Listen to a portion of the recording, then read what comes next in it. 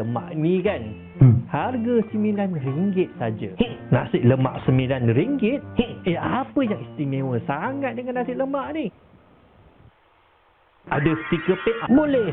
Saya beli kata Haziq. Jadi sekarang Haziq belanja RM9. Baki duitnya RM6. Kemudian bertemulah pula Haziq dengan Scamzik. Nak beli hotdog sebatang tak?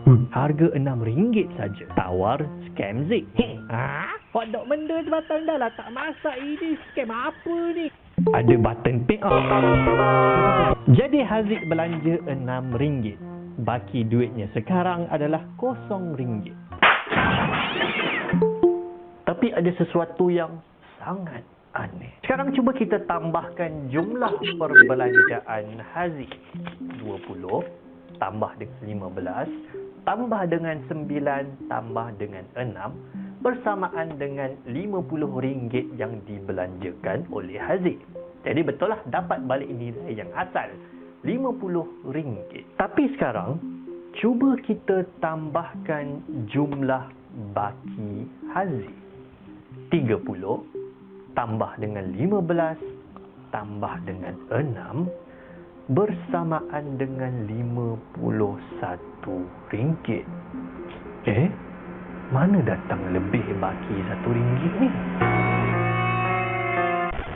Tak payah intro seram. Sebenarnya soalan yang pernah tular berkali-kali ni dan yang dah banyak kali korang PM dekat inbox aku adalah satu soalan helah. Satu soalan perangkap.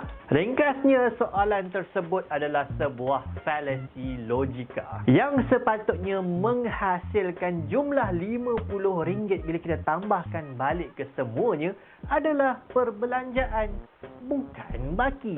Sebab jumlah kolom baki ni dia memang tak sepatutnya ditambah, dan kalau kita tambah pun hasilnya memang tak semestinya akan dapat balik jumlah nilai yang asal. Memang sepatutnya jumlah baki tak sama dengan jumlah perbelanjaan. Contoh. Apa jadi bila kita mengocokkan jumlah perbelanjaan ke atas ni? Lain tak jadi? Ke sama? Okey, sekarang anda belanja RM15, bakinya RM35. Kemudian anda belanja pula RM9. Jadi sekarang bakinya adalah RM26. Kemudian belanja RM20, maka bakinya adalah RM6. Dan akhir sekali korang belanjakan RM6. Sekarang baki anda RM0. Jadi sekarang jumlah perbelanjaan adalah RM50. Ya betul. Tapi jumlah baki sekarang ni adalah RM67. Lebih RM17 daripada jumlah perbelanjaan. Mana pula datang? Sebab memang tak boleh tambah dengan baki. Tak boleh. Macam tu juga bila kita bereksperimen dengan kes-kes lain. Kita akan dapati bahawa jumlah baki memang tak akan semestinya sama dengan jumlah perbelanjaan. Kes 1, anda akan dapat jumlah baki yang lagi banyak daripada jumlah perbelanjaan. Contoh, kalau anda ada RM100, kemudian anda belanja RM20, belanja lagi RM20, belanja lagi RM20, RM20, RM20. Jumlah hasil perbelanjaan RM100.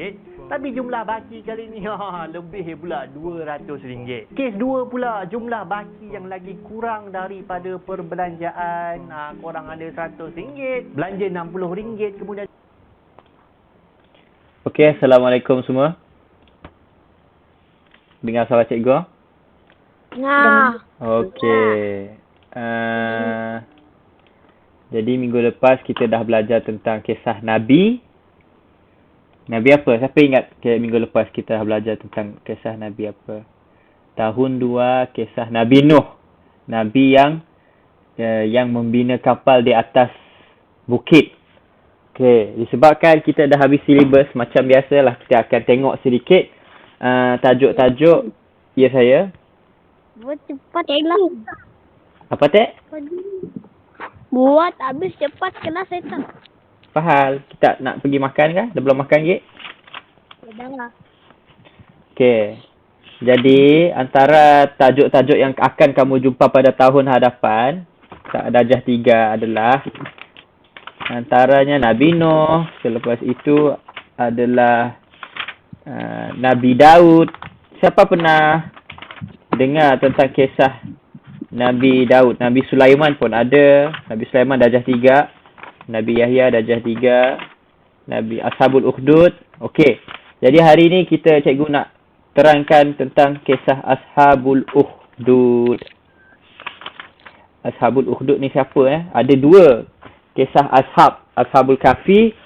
Rasanya kamu dah pernah belajar kan tentang Ashabul Kahfi. Tapi ada satu lagi kisah Ashabul Ukhdud. Oh, ada apa namanya? Rasanya kamu panjang juga kisah ni sebenarnya. Dianya kisah. Okey, jom kita tengok sekejap. Ambil dah makan. Jangan dah. Ambil dah.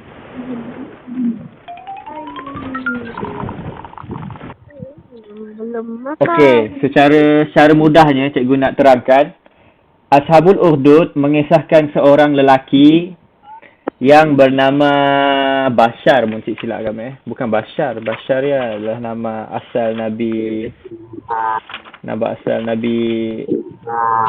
yang sanggup Zakaria yang menggantikan jadi raja tu. Tapi yang ini kita nak tengok sikit kisah Ashabul Ukhdudnya tentang seorang pemuda yang belajar sihir. Tahu sihir? Sihir ilmu hitam lah, ilmu black magic dan apa-apa saja yang bersamaan makna dengannya. Jadi kita dalam masa yang sama, pemuda ini nya belajar ilmu sihir yang bagus ya. Dalam masa yang sama nya belajar ilmu tentang Allah. Jadi kita tengok apa yang berlaku kepada sahabat kita ni. Jom, 1, 2, 3. Cikgu tutup mic ni semua.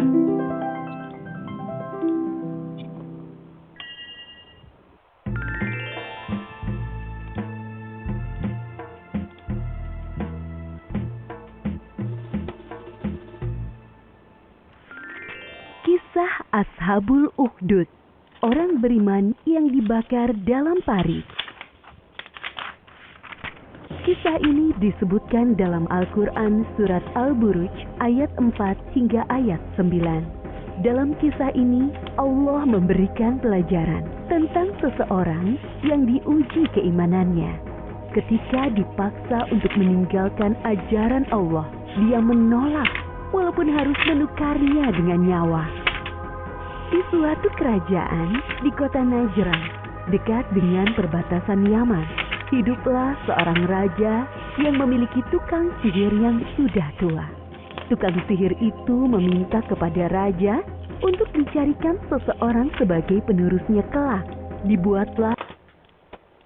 Okey, sebagaimana yang kamu nampak, pemuda itu dia tinggal di suatu tempat, suatu kerajaan yang diperintah oleh seorang raja yang jahat. Okey? Bukan Pahal. P-A-H-A-L kali.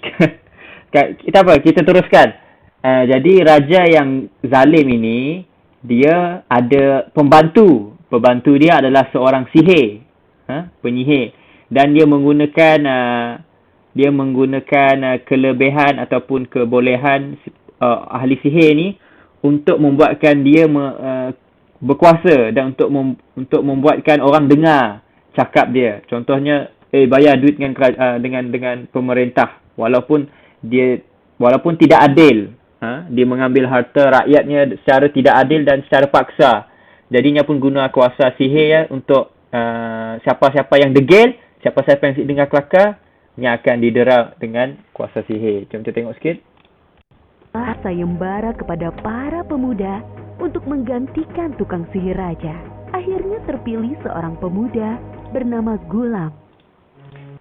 Okey, ahli sihir tersebut nya dah tua. Ahli sihir yang tolong raja yang jahit nya dah tua. Jadinya nak cari orang yang muda untuk menggantikannya. Jadinya pun cari orang muda supaya nya boleh ajar.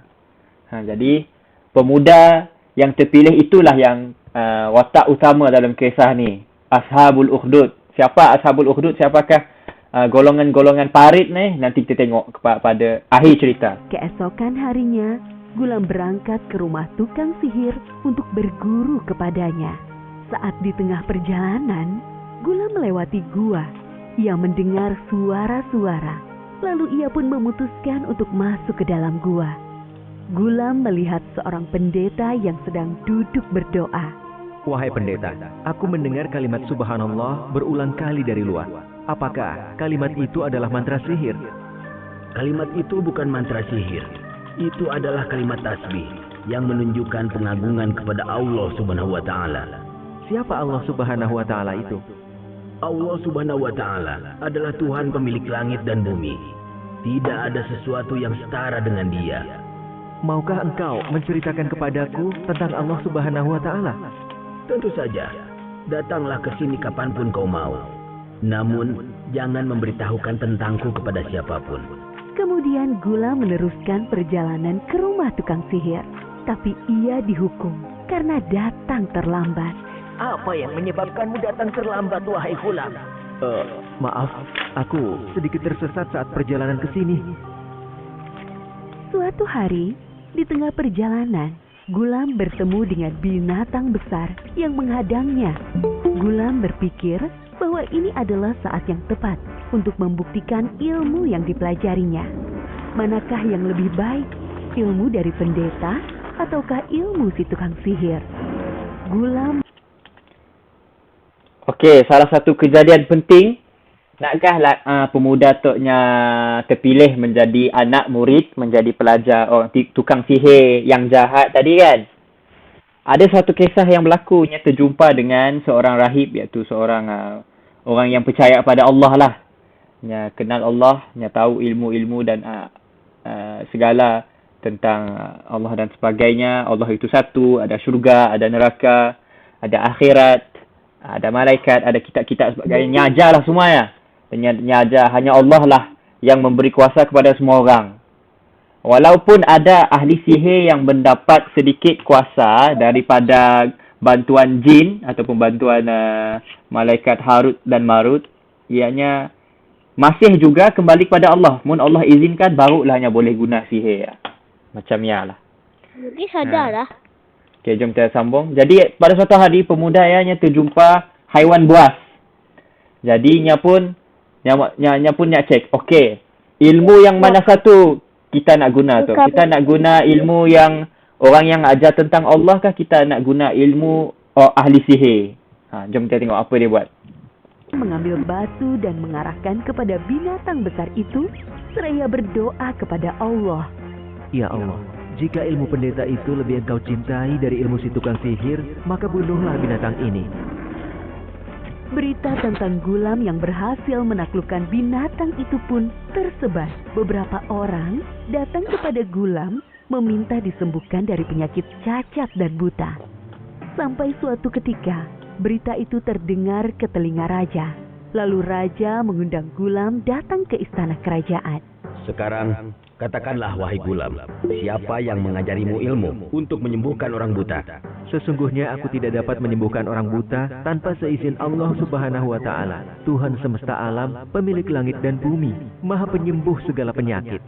Aku adalah Tuhan yang sebenarnya. Bisa-bisanya kamu mengatakan. Okey, seperti mana kamu nampak sahabat kita yang sebelah kanan ni, raja yang kanan ni adalah raja yang zalim, raja yang jahat. Dia menggunakan menganggap camnya Tuhan lah sih. Nya ingatnya ada kuasa, nya ingatnya ada kekayaan, nya ingatkannya ada bantuan ahli sihir yang jahit nya ingatnya berkuasa lah, padahal nya tak ada apa-apa pun sebenarnya. Nya padahnya Tuhan, kononnya Tuhan, maka nya tak apa-apa pun. Apabila berita tentang si Gulam tu, pemuda tu, dia punya gelarannya adalah si Gulam, iaitu maksudnya pemuda lah. Gulam itu pemuda maksudnya. Apabila berita tentangnya bunuh binatang buas guna batu dan beritanya menyembuhkan penduduk-penduduk kampung dengan berdoa kepada Allah, berita ya sampai ke raja. Raja pun kau guna ilmu nak ni tu? Ilmu sihir kah? Ilmu lain tu? Nya padah aku guna ilmu Allah. Aku berdoa dengan Allah. Allah lah yang sembuhkan. Macam Kan ada Tuhan lain. Raja memaksa Gulam untuk meninggalkan ajaran Allah. Namun Gulam menolak. Kemudian Raja memanggil pasukan untuk membawa Gulam ke gunung. Okey, disebab Okey, disebabkan dalam video ni dia tak best sangat. Kisah bunuh-bunuh ni. Maksud cikgu, kita tengok video lain Kita tengok video di video lain. Tengok cerita dia. Video tak best sikit yang atas tu. Kita akan terus skip kepada di mana waktu bila raja itu tahu bahawa si Ghulam itu menggunakan ilmu Allah, tapi nya guna ilmu yang diajar oleh sihirnya pun nyatok situ kah. Okey. Kita mula daripada sini. 1 2. Maaf Tuan, Zidan murid Kazim datang ingin menemui Tuan. Toklah si Ghulam tadi. Zidan tukang sihirku, bagaimana kabarmu? Apakah Kazim sudah memberikan seluruh ilmunya padamu? Sampai saat ini saya baik-baik saja Tuan. Banyak ilmu yang sudah saya pelajari darinya. Kawanku sedang sakit.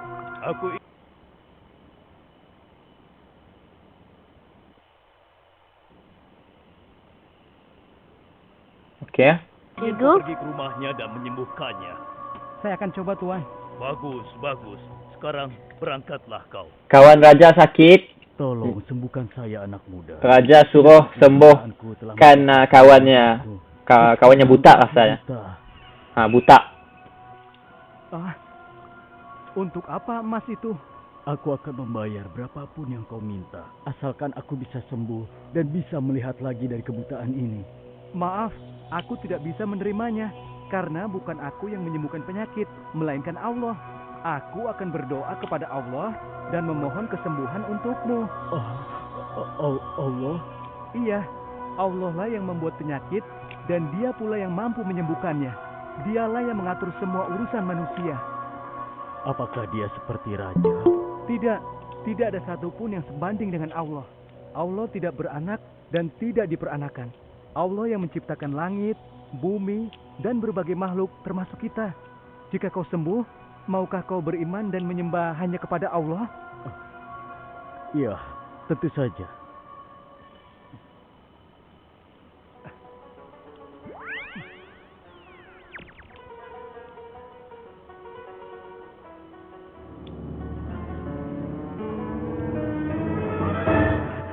Aku sembuh. Aku sudah sembuh. Ya, terima kasih anak muda. Terima kasih ya Allah. Terima kasih aku ucapkan padamu. Aku beriman padamu ya Allah. Ampunilah hamba atas kebodohan hamba selama ini. Engkau lah yang Maha Kuasa. Tiada sesuatu yang sebanding denganmu. Bagaimana kabar Ubay? Apakah dia bisa disembuhkan? Apa Tuhan sedang membicarakanku? Apakah matamu sudah bisa disembuhkan? Ya, aku sekarang sudah bisa melihat lagi Tuhan. Bagaimana mungkin Zidan bisa menyembuhkan mata yang buta? Aku saja tidak bisa dan aku tidak pernah. Okey, siapa lelaki yang kita sedang tengok ni? Siapa tahu? Tahu. Dia adalah ahli sihir, pembantu kepada raja yang jahat tadi. Jadinya pada macam mana boleh anak murid aku ni sembuhkan orang yang buta? Padahalnya sendiri tidak mampu melakukan perkara sedemikian. Kuasa-kuasa ahli sihir tu nya terhad. Nya sedalah berkuasa gila pun.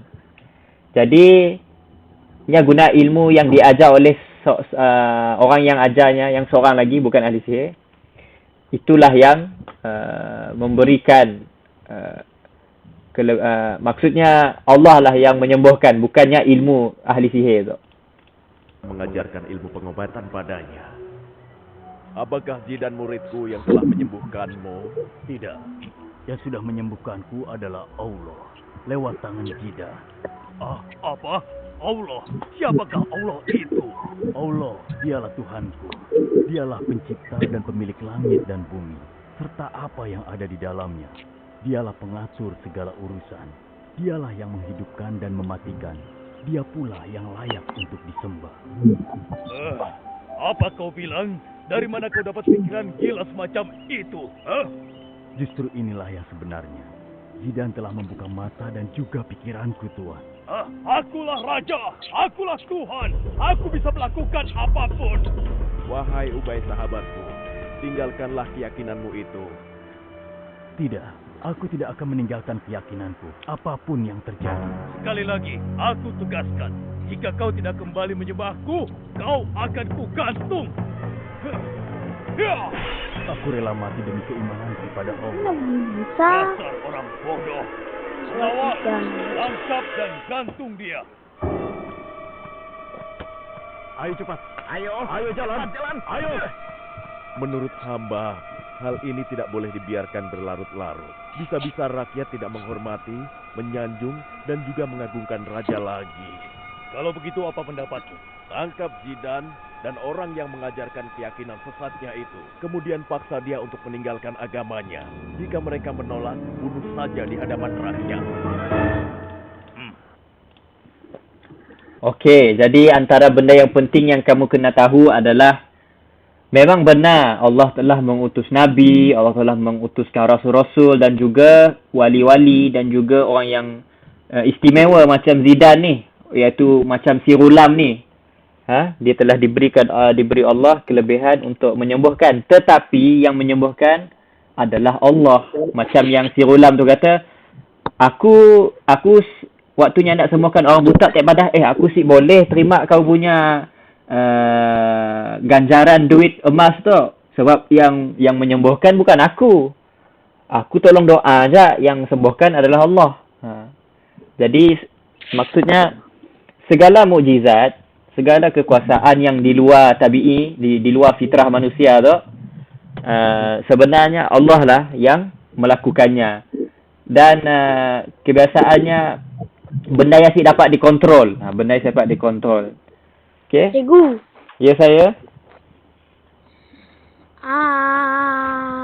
Pada datang. Sambung video kah? Kena pagi tadi nak. Oh. DM cikgu kan. Kami ada meeting dengan ketua macam sekolah punya ketua lah. Sekolah cikgu. Sekolah punya ketua. Okay, kita sambung video Kita sambung video sekejap. Baik. Pengawal, Cikgu. siap. Yang punya Cari dan tangkap Zidan sekarang juga. Siap, laksanakan.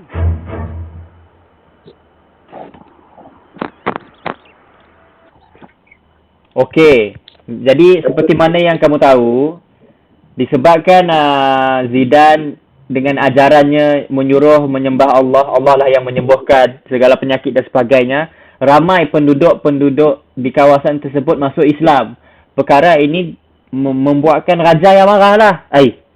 Aku raja, aku Tuhan. Padahal kan, padahalnya adalah orang biasa aja, bukannya Tuhan. Jadinya marah. Padahal tangkap si Ghulam tu, kita bunuhnya. Dan kita paksa orang yang masuk agamanya tu, apa yang dia ajar tu, kita bunuhnya sekali. Kita tengok apa yang berlaku.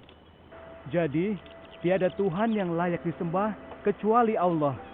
Dan karena itu, marilah semua kita beriman, tunduk dan patuh hanya kepada Allah Subhanahu wa Ta'ala. Kami beriman, kami mendengar, dan kami akan patuh.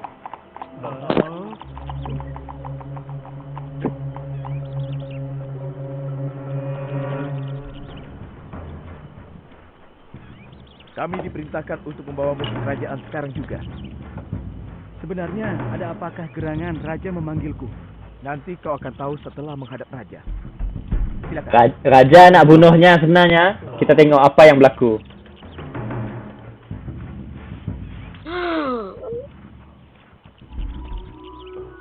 Mek dekat atas. Wahai Zidan muridku, tidak aku sangka kau memiliki keimanan kepada Allah. Aku pun ingin mengenal Allah, dan kelak aku pun ingin mengajarkannya kepada orang lain. Ayolah Zidan, izinkan aku menjadi orang yang baik.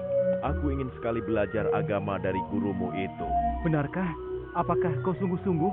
Aku bersungguh-sungguh. Aku akan membuang ilmu sihirku dan beriman kepada Allah. Okey, kan cikgunya ada dua. Satu ahli sihir yang ini, yang depan kita ni, yang warna merah ni. Tapi ada satu lagi, iaitu yang jumpa dengan seorang rahib yang beriman pada Allah. Nya dah padah sebelumnya menuntut ilmu dengan rahipiannya pada aku akan ajar kepada kau tentang Allah, tapi kau jangan padah sesiapa pun tentang diri aku tu. Tapi ahli sihir tu pula padah nyamuk kenangan Allah. Padahal si pun nyamuk jumpa dengan orang yang ajar kepada si Ghulam tu, siapakah yang ajarnya tentang Allah? Sebabnya nak bunuh orangnya juga.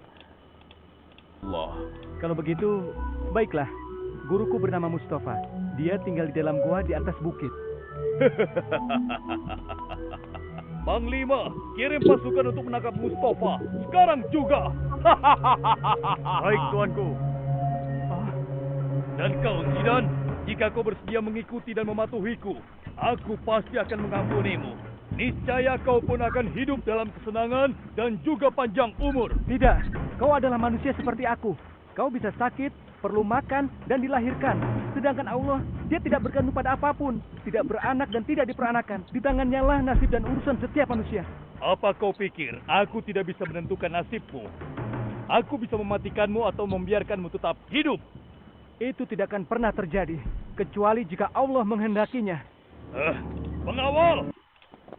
Tengok apa yang dikatakan oleh si Ghulam tadi, yakni dalam nama dia Zidan. Yang padah, kau yang manusia, kau bukannya raja. Allah lah Tuhan. Allah lah yang menguasai kita semua. Pada kuasa Allah lah segala nasib manusia tu ditentukan. Mun Allah datanglah satu kumpulan yang datang untuk memudaratkan kita pun, kita tidak akan dimudaratkan kecuali dengan izin Allah. Datanglah satu kumpulan yang ingin memberi faedah kepada kita pun, tapi dengan izin Allah, munnya saya dapat beri faedahnya, saya akan dapat tolong pun kita. Kita tengok macam mana Izan kata, kau saya akan dapat kontrol selain pada Tuhan. Tidak siapa pun yang boleh kontrol, tidak siapa yang boleh kawal apa yang boleh berlaku pada kita kecuali Allah. Kita tengok apa yang berlaku. Cabut nyawa anak muda ini sekarang juga. Tunggu dulu Baginda. Menurut hamba, bisa jadi di luar sana Zidan sudah meracuni penduduk dengan ajaran agamanya.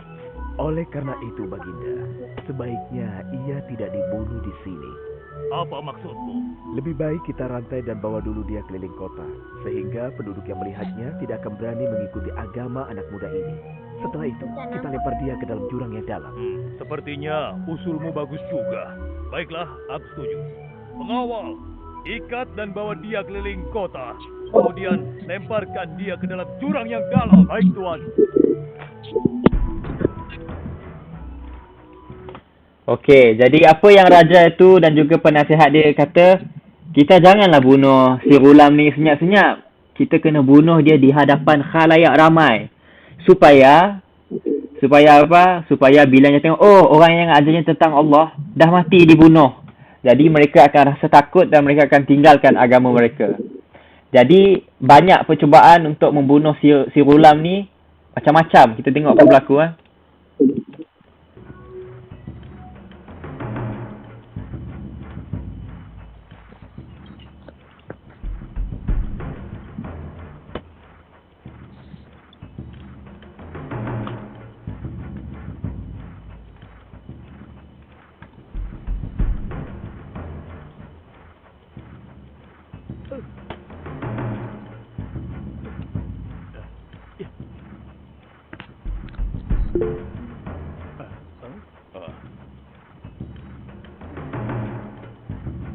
Hei, coba lihat. Zidan dibawa oleh pasukan kerajaan. Iya, pasukan kerajaan akan membawa Zidan kemana ya? Aku tidak tahu, tapi sepertinya dia mau dihukum. Teman-teman, bagaimana kalau kita bebaskan Zidan? Kasihan dia. Bagaimana caranya? Kita kumpulkan teman-teman kita dan kita lawan pasukan raja yang kejam itu. Ayo. Wahai saudaraku, jangan kau lakukan rencana itu. Ketahuilah, mereka hendak memadamkan cahaya Allah. Tapi yakinlah, Allah pasti akan memenangkan agamanya. Bersabarlah kalian.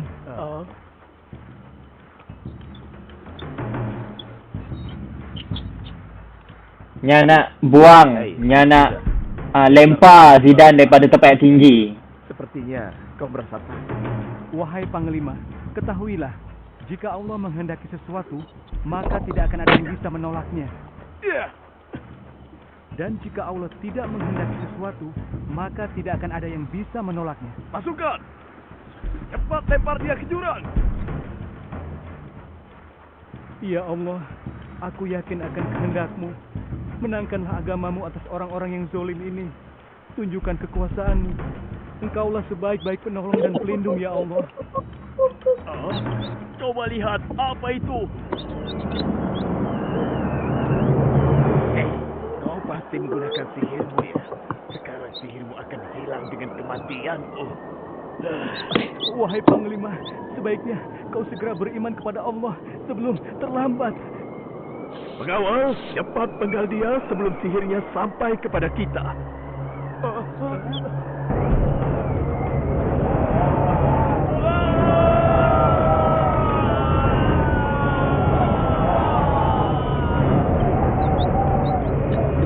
Alhamdulillah, la ilaha illallah. Wahai Qasim, bagaimana menurutmu nasib Zidan sekarang? Pasti tubuhnya sudah hancur berkeping-keping, Baginda. Sekarang pasti Zidan sudah Pasti menjadi setan makanan itu hewan ikuti liar. dengar. Ya, sekarang Okey, tadi mereka cuba untuk bunuh Zidane. Ya, mereka cuba untuk bunuh Sirulam tadi dengan balingnya daripada junam bukit supayanya guguknya meninggal dunia.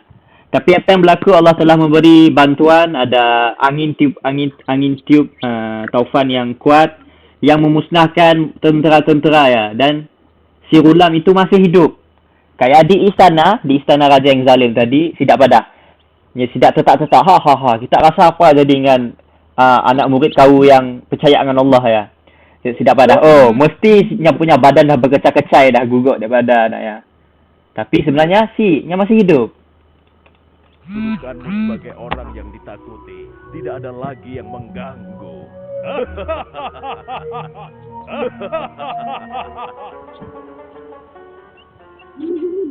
Jangan masih gua aja yang Bagaimana ingat itu. nasib Zidan saat ini? Allah di dalam dunia. Ya, Allah pasti akan memberikan yang terbaik. Lihat, itu Zidan, lihatlah. Ya benar, itu Zidan. Allah telah menyelamatkannya. Syukurlah. Allahu Akbar, Allahu Akbar. Bagaimana kau bisa selamat, Zidan? Alhamdulillah, Allah telah melindungiku. Kenapa kau di sini, Zidan? Nanti raja bisa menangkapmu lagi. Ya, benar, Zidan. Tenanglah, saudaraku. Aku kembali untuk menjalankan suatu rencana. Yakinlah, Allah akan memenangkan kebenaran atas kejahatan.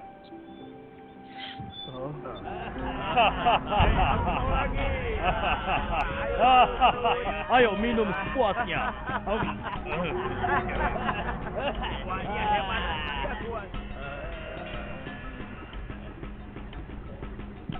Mabok cikgu.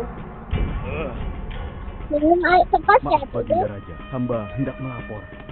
Kau telah mengganggu pestaku. Aku harap ini laporan yang penting. Maaf, Baginda. Zidan, ternyata dia masih hidup, Baginda. Apa kau bilang? Zidan masih hidup? Hah? Dengan izin Allah, saat ini aku masih hidup. Kemana pasukan yang membawamu tadi? Mereka tidak bersedia beriman kepada Allah. Lalu Allah menghancurkan mereka. Bohong. Kau pasti sudah ditolong oleh pengikut-pengikutmu. Pengawal, tangkap dan ikat pemuda ini. Kemudian tenggelamkan dia ke dalam laut. Jangan lupa bawa pasukan yang banyak. Okey, tadi cubaan pertama. Cubaan yang pertama untuk membunuh Sirulam, dan ini cubaan yang kedua. Kita tengok mereka berjaya ataupun tidak. Baik, tuanku. Ayo ikut. Ingat, jangan sampai gagal. Kalau gagal, nyawa kalian sebagai gantinya. Baik, tuanku.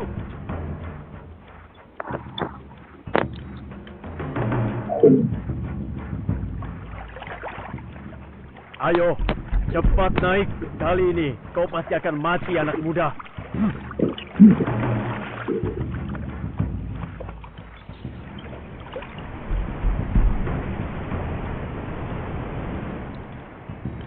Cubaan kedua, cubaan menenggelamkan si Rulam ke dalam air laut supaya mati lemah. Ya, kau akan jadi santapan ikan-ikan di laut. Percayalah, jika Allah belum menghendaki aku untuk mati, maka tidak ada satupun yang bisa mengubahnya.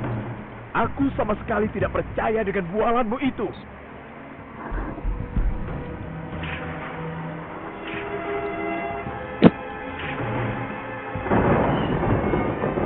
Pasukan, sekarang lempar pemuda ini ke laut. Hati-hati, jangan beri kesempatan dia menggunakan sihirnya. Ya Allah, aku yakin akan kehendak-Mu. Menangkanlah agamamu atas orang-orang yang zalim ini, ya Allah. Tunjukkanlah kekuasaan-Mu, karena Engkaulah sebaik-baik penolong dan juga pelindung, ya Allah. Ayo. Okey, dia nak cuba baling ke dalam air. 1, 2, 3. Dia nak baling ke dalam air laut.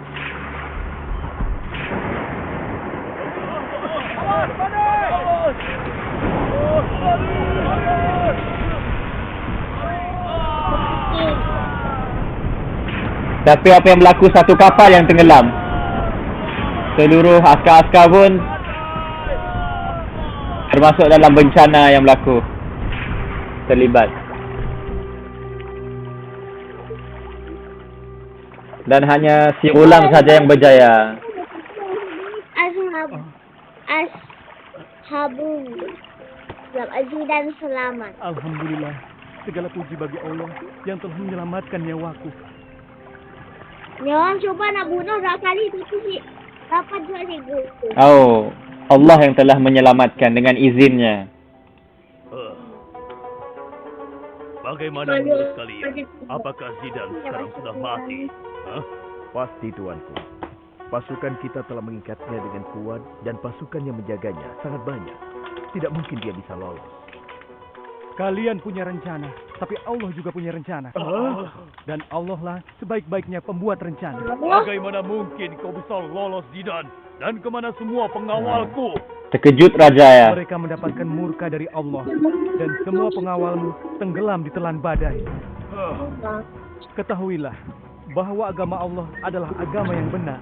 Dan Allah akan memenangkan agamanya atas kalian. Pengawal, cepat habisi dia! Ketahuilah, kalian tidak akan bisa membunuhku kecuali atas kehendak Allah.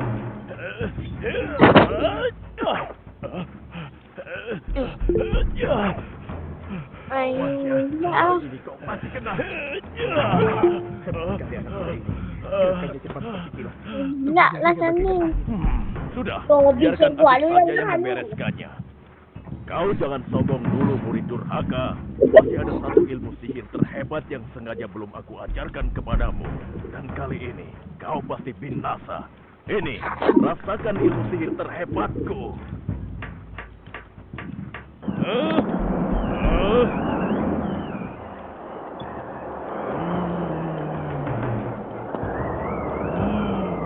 Ketahuilah, ilmumu tidak ada artinya dibandingkan dengan ilmu Allah.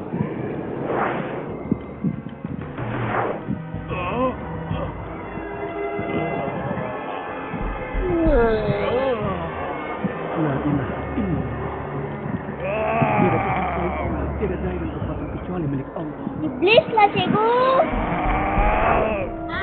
Tapi bentuk iblis, tapi bentuknya pakai ni. Ampun tuanku, ilmu Zidane sangat hebat dan hamba tidak sanggup melawannya. Sungguh hebat anak muda ini. Penyihir paling hebat pun kalah hanya dengan satu kalimat saja. Cikgu, buatkan sihir Dengar, cikgu sendiri. kau tidak akan pernah bisa membunuhku kecuali dengan syarat yang aku tentukan. Mungkinkah kau memberitahukannya padaku? Iya, yaitu dengan 2 syarat. Katakanlah, apapun syarat. Okey, cubaan pertama untuk membunuh si Rulam tadi adalah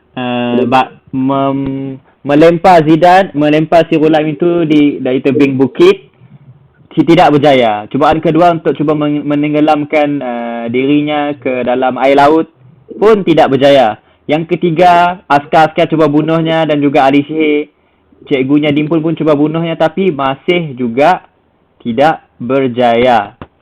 Jadi apa yang berlaku, si Rulamnya sendiri padah. Kau tahu si macam mana nak bunuh aku, padah si Rulamnya. Ada cara sebenarnya. Yang pertama, kita tengok apa yang dia kata. Dengan syarat yang aku tentukan. Mungkinkah kau memberitahukannya padaku? Iya, yaitu dengan 2 syarat. Katakanlah, apapun syaratnya akan kupenuhi. Asalkan agamamu yang bisa menghilangkan kekuasaanku bisa sirna dari negeri ini. Baik, dengarkanlah baik-baik syarat pertama. Aku hanya bisa kau bunuh di hadapan seluruh penduduk. Okey, syarat pertama, untuk bunuh si Rulam, dia mesti dibunuh di hadapan seluruh penduduk kota tersebut. Syarat kedua, jom kita tengok. Baik, itu syarat yang mudah. Lalu syarat kedua. Sebelum kau membunuhku dengan panah, kau harus mengucapkan dengan menyebut nama Allah, Tuhan pemuda ini, dengan suara yang keras. Hanya itukah syaratnya? Apa kau tidak bohong? Syarat yang kedua pula adalah selepas syarat pertama iaitu mengumpulkan semua ahli penduduk kota tersebut. Yang kedua, waktu Nya nak bunuh si Rulam ya, orang yang membunuh tersebut mesti menjerit dengan kuat supaya semua orang boleh dengar dengan nama Tuhan pemuda ini, yakni si Rulam ya lah. Barulah Nya boleh bunuh. Bismillah. Okey, jom kita tengok apa berlaku. Aku tidak bohong. InsyaAllah, dengan cara itu, aku akan mati. Baiklah, aku sanggup memenuhi persyaratanmu. Pengawal, besok pagi kumpulkan seluruh penduduk. Mengerti? Baik, Baginda Raja.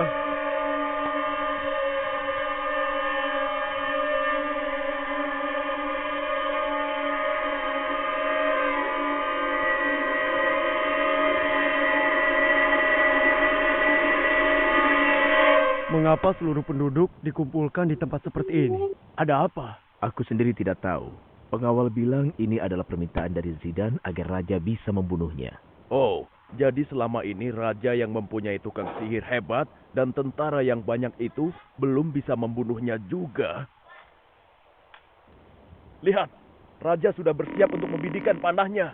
Dengan menyebut nama Allah, Tuhan pemuda ini.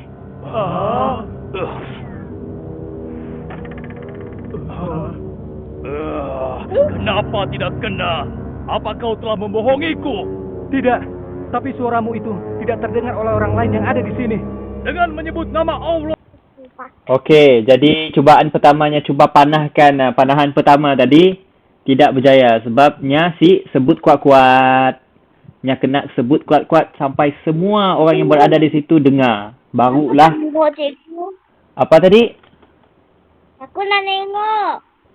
Okey, jom. Takut saya pas. Si sakit pun. Nya comel-comel je. Okey, Nya mati comel-comel. Okey, jom.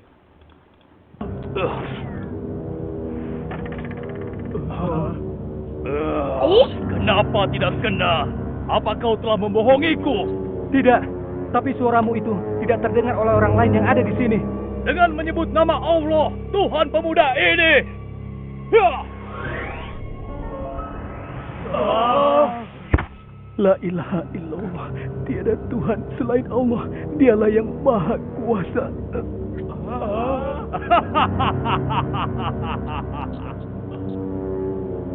Hei, yang membuat pemuda ini mati bukanlah raja, tapi Tuhan pemuda inilah yang menghendaki Zidan mati. Kalian dengar? Jadi Allah yang berkuasa atas segala sesuatu, bukan raja. Saksikanlah. Bunuh La dia. ilaha illallah. Kenapa jadi begini? Ini tidak boleh dibiarkan. Bisa-bisa tidak ada lagi yang mau menyembahku. Kekuatan. Okey, jadi raja dia betul-betul nak bunuh si Rulam tu tapi dia tak faham. Kenapa si Rulam tu suruh dibunuh dia? Dia rela hati untuk dibunuh. Jadi itulah cara si Rulam itu berdakwah untuk menyampaikan mesej raja ni tak ada kuasa pun. Yang berkuasa adalah Tuhan yang nama disebut dengan nama Allah, Tuhan kepada pemuda ini. Di panahnya barulah Nya mati selepas banyak kali cuba untuk bunuh si Rulam, si berjaya. Cuba dilempar daripada bukit gagal. Cuba untuk tenggelamkannya dalam laut, gagal. Cuba dibunuh oleh cikgu sihirnya di pun Nyasik mampu, gagal dan sebagainya. Jadi apa yang berlaku, semua penduduk yang beriman kepada Allah. Tapi raja si suka. Raja pun cuba untuk membunuh semua orang. Jadi kita tengok macam apa yang berlaku, macam mana raja ni bunuh. Perasaanku akan hilang. Kalian pasti akan kuhukum. Wahai tuanku, jika mereka dibiarkan hidup, mereka akan segera mengajak rakyat lainnya untuk tidak menyembahmu lagi. Sebaiknya mereka segera dibinasakan, tuanku. Pengawal, buat parit api di setiap sudut dan periksa setiap orang. Jika mereka beriman kepada Allah, paksa mereka untuk meninggalkan keimanannya. Dan jika dia menolak, lemparkan mereka ke dalam parit api. Kalian mengerti? Cepat kerjakan!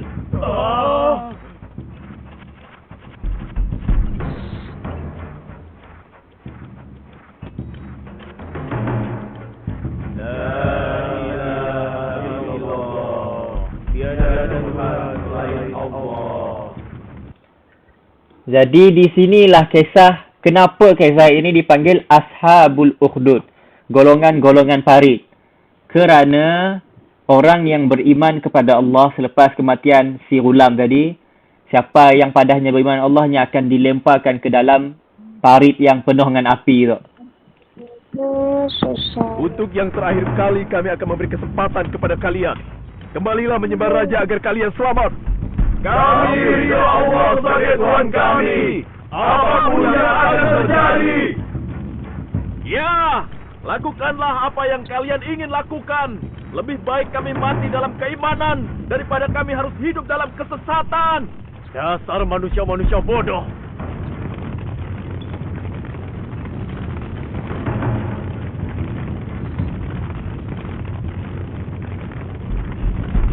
Rasakan akibat kebodohan kalian. Ya!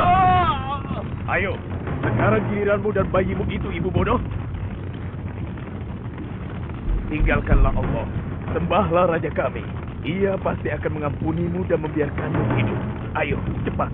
Atau sebentar lagi, bayimu pun akan ikut merasakan panasnya api dalam lubang itu. Kasihan sekali kau anakku. Kau belum lama merasakan hidup di dunia. Ibu tidak rela melepas keyakinan ibunda, karena hanya Allah yang layak disembah. Dan bukan raja yang zalim itu.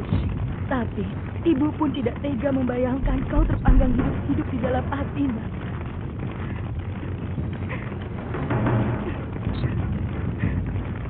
Mungkin untuk sementara waktu, ibu akan mengikuti saja keinginan raja, agar kau selamat, Nak. Meskipun itu membuat hati ibu merasa berdosa kepada Allah. Ibu, janganlah kau ragu. Allah telah menyediakan untuk kita surganya. Kuatkan tekadmu. Dengan nama Allah, teguhlah dalam keimanan. Ini aneh sekali. Bagaimana mungkin seorang bayi dapat berbicara? Ya, ini tidak mungkin. Okey, apa yang pelik? Siapa boleh terangkan apa yang perkara pelik berlaku tadi? Cikgu, kami bukan. Cuba pada apa yang perkara baby ya. Yang makna cakap nak, cikgu. Lekat makna cakap-cakap nak. Sang babynya bahal baby. Cakap tu. Jadi maknya memang beriman dengan Allah, tapi nya kesian dengan anaknya. Ya Allah, nya pada kesian dengan anak aku tu. Mungkin aku boleh pada aku beriman dengan raja yang zalim tadi supaya kau selamat wahai anakku. Tapi nya pada berbanding dengan api yang kita ada depan tu, lebih teruk api yang Allah ada di akhirat, di neraka kelak. Lebih teruk api di neraka. Jadi api tu tak dapat apa pun. Dan anaknya pun diberi mukjizat, diberi kuasa oleh Allah, diizinkan oleh Allah. Nya boleh kelakar. Yang pada jangan kau risau wahai ibuku. Allah akan kau akan kembali ke tempat yang lebih apa? Lebih senang daripada dunia tu. Jadi kau janganlah takut daripada terjun ke parit yang api tu. Ini adalah sebuah keajaiban yang besar. Maha besar Allah atas semua kekuasaannya. Allahu Akbar. La ilaha illallah. Tiada Tuhan selain Allah. Baiklah anakku, ibu tadinya hanya kasihan padamu. Sekarang saksikanlah ya Allah keimananku. La ilaha illallah.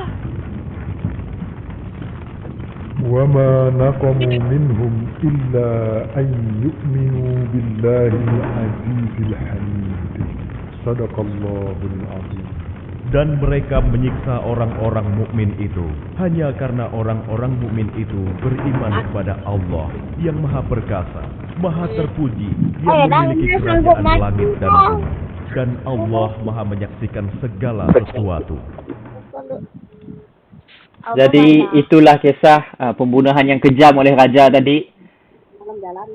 Memang golongan kafir ini disebabkan kepentingan mereka, kesemua yang meninggal dunia, semuanya mati dibakar.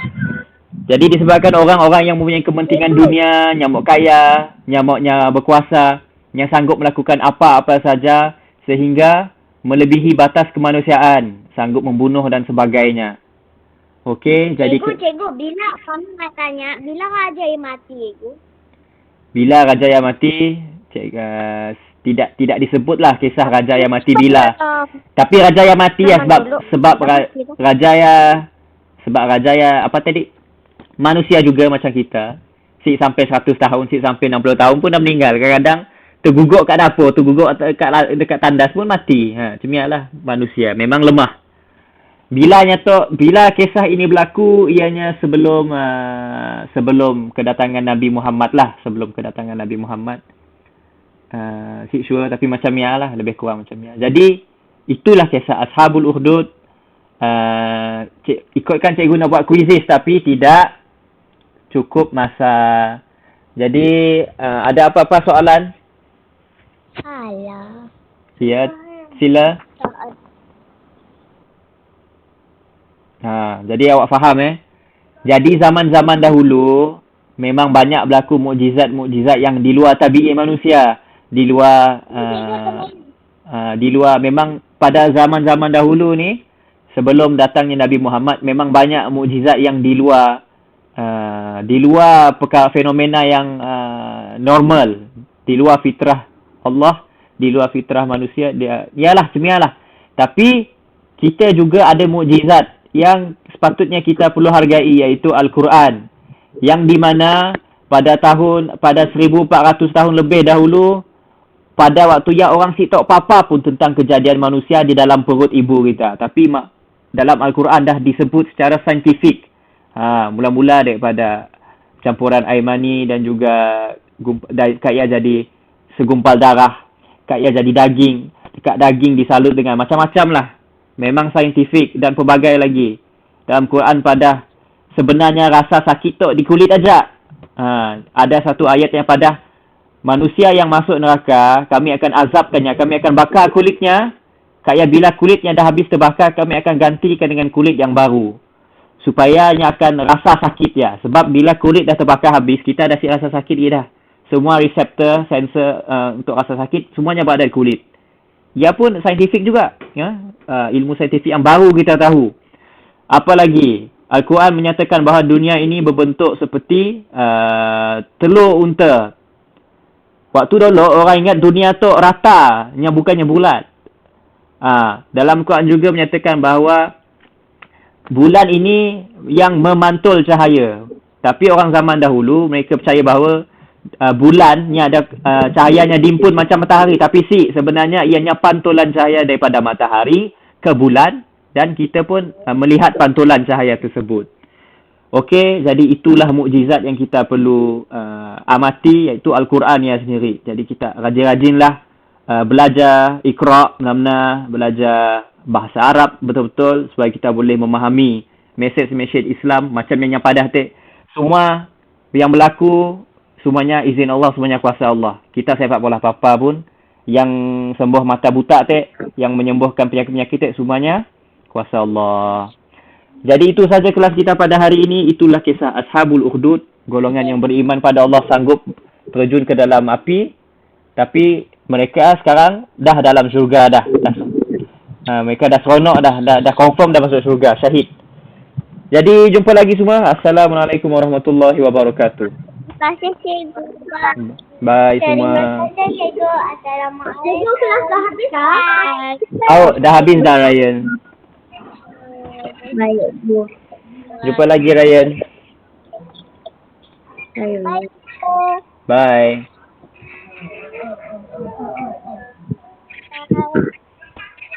Bye Kak Id. Jumpa lagi Ryan. Jumpa lagi Patricia. Jumpa lagi Mursyitah. Rizkin, Aisyah.